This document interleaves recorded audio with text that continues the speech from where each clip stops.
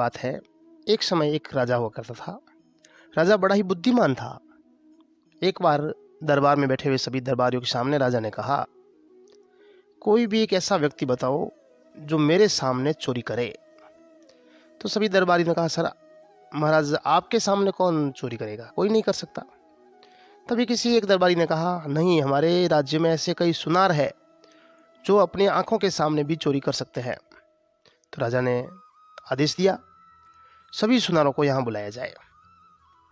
तो अगले दिन दरबार में राज्य के सभी सुनारों को बुलाया गया।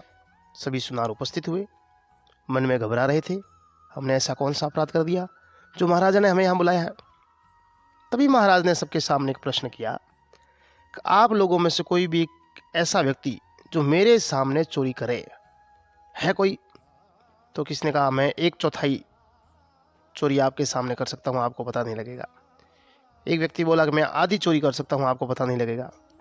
तभी एक महाशय खड़े हुए और उन्होंने कहा, मैं आपके सामने पूरी चोरी करूँगा और आपको पता नहीं लगेगा।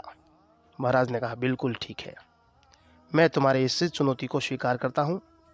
यदि वास्तव में तुमने मेरे सामने चोरी कर ली तो मैं तुम्हें पूरा आधा राज्य दूंगा और अपनी पुत्री का विवाह भी तुम्हारे साथ करूंगा। अब उस महाशय ने महाराज की चुनौती स्वीकार की। अगले दिन से ही उसने आना तय किया। महाराज ने कहा, तुम्हें एक सोने की शिव जी की प्रतिमा तैयार करनी है। सुनार खुश हुआ और उसने हाँ भी भर दी। अब अगले दिन महाराज ने एक कमरे में उसकी व्यवस्था की, लेकिन उसके साथ भी एक ऐसी व्यवस्था की, सुनार आए, अपने साथ में जो कपड़े पहन करके आया है उस कपड़े को चेंज किया जाए, जो राजा के द्वारा प्रदत्त कपड़े हैं उसको पहने, फिर अंदर काम करें। चारों तरफ पहरेदार, खुद कई बार राजा भी वहाँ उपस्थित रहता था।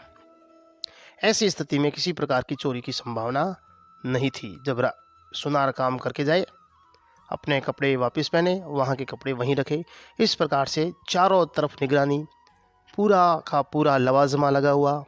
सुनार एक कण भी वहाँ से उठा करके नहीं ले जा सकता। लेकिन सुनार भी बड़ा होशियार। जैसे ही राजा ने कहा था कि भाई शिव जी की प्रतिमा बनानी है सोने की, वैसे ही 6 घंटे वह उस कमरे में काम करता, शेष काम अपने घर पे पहुँचता और वैसी की वैसी पीतल की शिव जी की प्रतिमा भी वो अपने घर पे बनाता। काम करते करते करते 10 दिन व्यतीत हो गए। 11वें दिन जो अंतिम दिन था, उसने कहा, आज लगभग मेरा काम पूरा हो जाएगा, समाप्त हो जाएगा।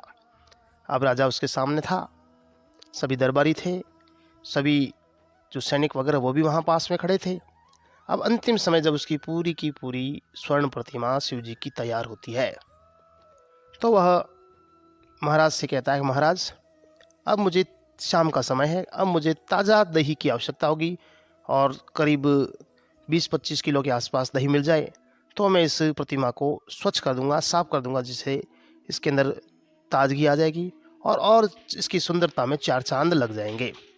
तो महाराज ने अपने सभी सैनिकों को कहा, जाओ दही लेकर के आओ। लेकिन शाम के समय दही उपस्थित होना, मिलना संभव नहीं था। इधर उधर सब जगह चारों तरफ गए सैनिक।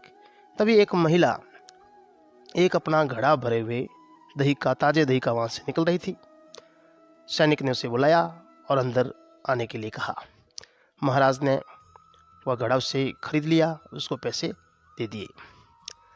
अब वह जो सुनार था, उस सुनार ने शिव जी की जो प्रतिमा थी उस प्रतिमा को उस घड़े के अंदर डाला और साफ करके वापस बाहर निकाला और महाराज को कह दिया, ये आपकी प्रतिमा तैयार है। अब आप इसको आप भले ही किसी से चेक करवाना चाहे किसी प्रकार की परख करनी चाहे तो आप कर सकते हैं। उस समय राज्य के सबसे बड़े सुनार को बुलाया गया। उसको कहा कि भाई इसको चेक करो, भाई इसकी स्थिति क्या है, इसमें कितने कैरेट का सोना है। तो उस सुनार ने चेक किया और उसने कहा, इसमें तो एक कण भी सोने का नहीं है, पूरी की पूरी यह सोने की प्रतिमा नहीं, पीतल की प्रतिमा है। महाराज बड़े आश्चर्यचकित हुए। महाराज ने कहा, इस सुनार ने मेरे सामने सोने से यह निर्मित की है, कोई इधर का उधर भी नहीं गया, एक कण भी नहीं ले जा सका, ऐसा कैसा हुआ, ऐसे संभव तो हो ही नहीं पाता है। उसने सुनार से कहा, भाई ये चमत्कार कैसे हो गया। उसने कहा, महाराज अगर आप मुझे माफ़ कर दें तो मैं इसका हल बता दूंगा, उत्तर बता दूंगा। महाराज ने कहा, बिल्कुल आप बताओ मुझे। तो उसने कहा कि जो ये घड़ा भर के महिला आई थी दही का, वो मेरी बहन थी। मैंने उससे कहा था कि शाम के समय तुम आ जाना, और जो सोने की प्रतिमा थी वो मैंने इस घड़े के अंदर डाल दी, और इसके अंदर मेरे घर से बनी हुई पीतल की शिव जी की प्रतिमा थी, वो मैंने बाहर निकाल करके आपको दे दी। जो वास्तविक जो है, ओरिजिनल है, वो इसके अंदर पड़ी है। महाराज बड़े ही प्रसन्न हुए, खुश हुए, और उसने जैसा कहा था अपनी बेटी का विवाह भी किया, आधा राज्य भी दिया। इस प्रकार इस कहानी से हमें यह शिक्षा मिलती है कि व्यक्ति अपनी चतुराई से, चालाकी से जो भी पाना चाहे पा सकता है। दोस्तों, इसी प्रकार से सुंदर कहानी, मोटिवेटेड कहानी आप सुनते रहें।